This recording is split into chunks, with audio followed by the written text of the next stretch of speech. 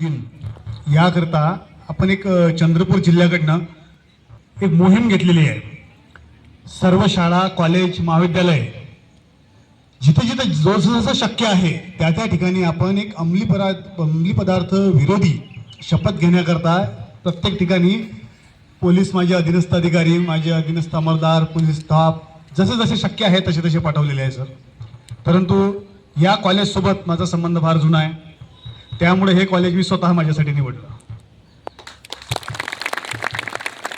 बाकी आपल्या चिमूर तालुक्यामधील जवळपास सर्व शाळा, कॉलेजला माझ्या अंमलदारांच्या, माझ्या अधीनस्थ अधिकाऱ्यांच्या भेटी होऊन गेलेल्या आहे। तिथं शपथेचा प्रोग्राम सुद्धा झालेला आहे आणि हे RTM कॉलेज मला स्वतः यायचं होतं।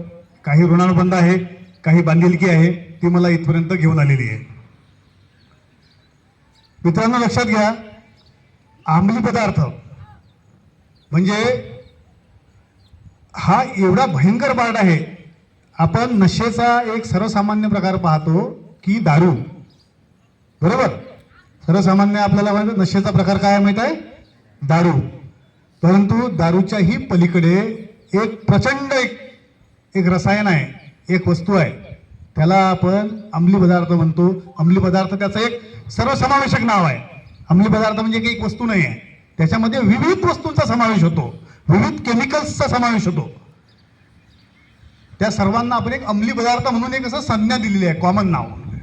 त्यामध्ये सर्वसामान्य आणि सर्व ठिकाणी, साध्या ठिकाणी, गोरगरीब ठिकाणी, गावामध्ये उपलब्ध होऊ शकणारा अंमली पदार्थ आहे गांजा, मँजियाना। त्याचा शास्त्रीय नाव मँजियाना आहे, त्याला गांजा म्हणतात। हे वनस्पती आहे, ही वनस्पती शेतात, जंगलात, बरडावर, पडीक ठिकाणी कुठेही याची लागवड केल्या जाऊ शकते। विशेषतः आपल्या भागात तर नाही आहे, परंतु काही भागात याचा उपयोग होतो। त्या वाळलेल्या वस्तूचा फुलं, पानं आणि त्यांचा चुरा हा नशेकरता वापरला जातो। अतिशय गांजाची नशा किंवा या अंमली पदार्थाची नशा इतर नशेपेक्षा वेगळी का आहे? कारण एक वेळा ही जर नशा लागली तर ह्या नशेपासनं सुटणं सहज शक्य नाही आणि याचे रेट सुद्धा अतिशय जास्त असतात। याचे जे पेडलर असतात, जो विकणारा असतो त्याला पेडलर म्हणतात आमच्या भाषेमध्ये, विकणारा।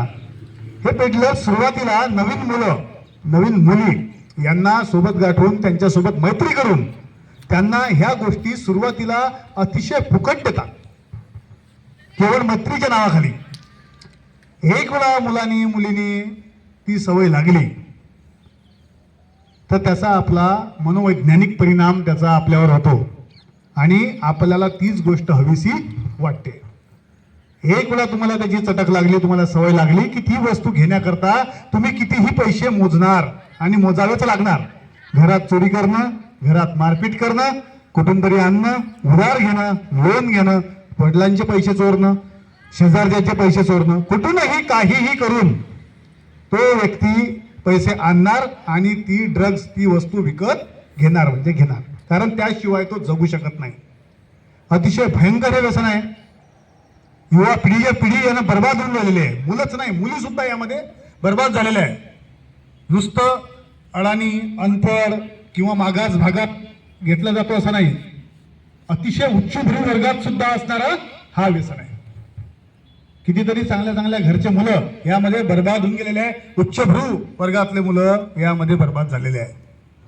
ह्या नशेपासून आपल्याला दूर व्हायचं आहे, ही नशा आपल्याला टाळायची आहे आणि कोणत्याही या नशेची सुरुवात जी आहे, आज जे तुमचं वय आहे याच वयांच्या मुलांपासून त्याचं बीजारोपण केलं जातं। त्यामुळं या नशेपासून आपल्याला केव्हाही दूर राहायला पाहिजे। याचा दूरगामी परिणाम एक आपली समाज व्यवस्था बिघडवणं, दुसरं तुमचं मानसिक आणि शारीरिक आरोग्य संपवणं। त्यापेक्षाही यामध्ये सर्वात मोठा जो आंतरराष्ट्रीय दृष्टिकोन आहे तो असते शत्रू राष्ट्रांचा। शत्रू राष्ट्रांकडून वेगवेगळ्या प्रकारचे युद्ध केले जातात। एक जे आपल्याला बॉम्ब, गोळ्या, बंदुका हे जे दिसतं, हे झालं प्रत्यक्ष युद्ध। परंतु प्रत्येक वेळेस असं युद्ध होईल असं गरजेचं नाही। त्यामुळं शत्रू राष्ट्रांकडून दुसरे उपयोग केले जातात, जसं सायबर फ्रॉड आहे, सायबर क्राईम आहे. त्याचबरोबर अतिशय महत्वाचा तिसरं युद्ध आपल्यासोबत सुरू आहे, अंमली पदार्थाचं, ड्रग ट्रॅफिकिंग. अतिशय भयंकर न दिसणारं युद्ध आहे. परराष्ट्रातून बाजूच्या शत्रू राष्ट्रांकडून आपल्याला खेपीच्या खेपी, क्विंटलच्या क्विंटल अंमली पदार्थ आपल्या भारतात येत आहे, विशेषतः पाकिस्तान भागामधनं. त्यामधून मोठ्या प्रमाणात पैशाची चळवळ होऊन हा पैसा जो आहे हा आतंकवादी संघटनांना पुरवला चाललेला आहे. पूर्ण आतंकवादी संघटना जी आहे ही NDPS या अंमली पदार्थाच्या पैशावर सुरू आहे. एवढा मोठा हा सोर्स आहे आणि त्याचा ग्राहक आहे आपण, आपला देश. दोन फायदे आहे, एक तर आपल्याकडला पैसा घेऊन जावा, त्यांना पैसा मिळणार. दुसरा, आपली युवा पिढी बर्बाद करणं. सर्वात जास्त मिलिटरी किंवा देशसेवेमध्ये कोणत्या राज्यातले मुलं जातात? पंजाब. कोणत्या भारतातल्या कोणत्या राज्यातलं? पंजाब. सांगा, सर्वात जास्त मिलिटरीमध्ये किंवा देश सेवेत जाणारी संख्या कोणत्या स्टेट मधली आपल्या? पंजाब आहे. कोणता? नाही, पंजाब. हॅलो का? पंजाब जो आहे, पंजाबला एक खरंच एक दैवी देण लाभलेली आहे. एक प्रत्येक घरामागचा कमीत कमी घरातले 2 माणसं तरी त्यांच्या फोर्समध्ये आहे. एअरफोर्समध्ये असतील, नेव्हीमध्ये असतील, कोणत्या तरी फोर्समध्ये असतील, आर्टिलरीत असतील, तोफखान्यामध्ये असतील. सर्वात जास्त देण आहे ह्या पंजाब स्टेटची. आपली जवळपास 70% बॉर्डर सुरक्षित आहे फक्त पंजाबमुळं. त्यांच्या रक्तातच आहे. याचा अर्थ बाकी स्टेटचं त्यामध्ये योगदान नाही आहे असं नाही, परंतु मी प्रमाण सांगतोय, पंजाबचं प्रमाण हे सर्वात जास्त आहे. पंजाबची बॉर्डर आपल्याला कोणत्या राष्ट्राला लागली आहे, कोणत्या देशाला लागलेली आहे? पाकिस्तान. पाकिस्तान. पंजाबची बॉर्डर आपल्या पाकिस्तानला लागलेली आहे. त्यामुळं सर्वात जास्त जी ही अंमली पदार्थ आणि गांजा या पदार्थाची तस्करी जी आहे ती पाकिस्तान पंजाब मार्गे येते.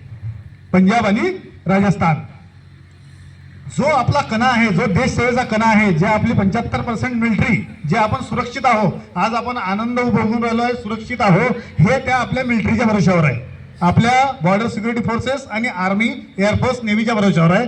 ज्याची 75% भरती जी आहे ही फक्त पंजाबमधून होते. त्या पंजाबमध्ये ड्रग्सचं एवढं मोठं जाळं विणण्यात आलेलं आहे की प्रत्येक घरामागच्या युवकाला नशेडी करण्याचा प्रयत्न सुरू आहे. याचं कारण एकच आहे की ज्या नवीन पिढ्या येत आहे पंजाब मधल्या, त्यांच्या या नशेचा परिणाम त्यांच्या नवीन पिढ्यांच्या DNA वर होत आहे, त्यांच्या जडणघडणीवर होत आहे. येणारे नवीन पिढ्या ज्या आहे त्या तेवढ्या सक्षम निघणार नाही जेवढ्या आज सक्षम आहे. एवढा मोठा परिणाम म्हणजे येणाऱ्या नस्ल, आपण ज्याला हिंदीमध्ये खूपच सुंदर शब्द आहे नस्ल, आपली जी पिढी आहे, जी लढवय्या पिढी आहे, त्या लढवय्या पिढीला जन्म घेण्याच्या आधीच बर्बाद करण्याचं एवढं मोठं षडयंत्र ह्या अंमली पदार्थाच्या माध्यमातून होतं की येणारा, पृथ्वीवर येणारा, आपल्या राज्यात येणारा जीवच कमजोर पैदा व्हावा, येणारा जीवच कमजोर व्हावा, जो आपली स्ट्रेंथ आहे.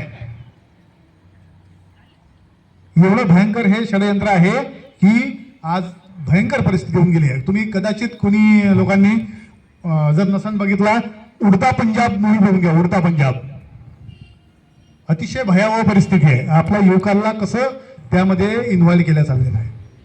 त्यामुळं ही नशा कोणाला लागू नये, याचं कोणी अधीन बनू नये. आपला मित्र, आपला सवंगडी, आपला नातेवाईक कोणीही ह्या नशेच्या आधी जाऊ नये. आपल्या भागात या नशेची विक्री होऊ नये. याकरता सर्वात मोठी जबाबदारी आहे तुमच्यावर. कुठेही आपल्याला वाटत असेल की या ठिकाणी अंमली पदार्थ विकल्या जातं, नशेचे पदार्थ विकले जातात, अशी माहिती असेल, आपल्याला आपला शेजारी कोणी घेत असेल, आपला चुलता, मामा, काका कोणीही नातेवाईक घेत असेल, तर आपण बिनधास्त नाही आमच्याकडे पोहोचू शकत असेल तर आपले सर आहे, आपले टीचर आहे, आपले मंडळी आहे, यांच्याकडेही जरी सांगितलं तरी आपलं नाव गोपनीय राखलं जाईल. याची मी शासनातर्फे आपल्याला ग्वाही देतो. परंतु ही कीड आपल्याला आपल्या शहराला लागू द्यायची नाही. लागू द्यायची आहे का? वाटतं का आपल्याला आपला कोणीही नातेवाईक, कोणीही बंधू, मित्र या लाईनला लागलेला पाहिजे? बिलकुल नाही. कारण तुमच्या हाती उद्या ह्या देशाचं अस्तित्व आहे. या NCCचे मुलं ड्रेस घालून दिसलेत, मला खूप आनंद झाला. कारण तुम्ही उद्याचे सोल्जर आहात. आर्मी ऑफिसर आहात, काहीतरी तुम्ही कोणत्या तरी भार तुमच्या खांद्यावर राहणारच. पण आज जर तुम्ही हे जर शपथ चांगली घेतली, तुम्ही जर लक्षात घेतलं काहीही हो, मी माझ्या मित्राला, माझ्या नातेवाईकाला आणि मी स्वतः मी अंमली पदार्थ घेऊ देणार नाही, अशी आपल्याला शपथ घ्यायची आहे. सगळेजण शपथ करता उभे होऊन जा. आता एक छोटी शपथ घेऊ.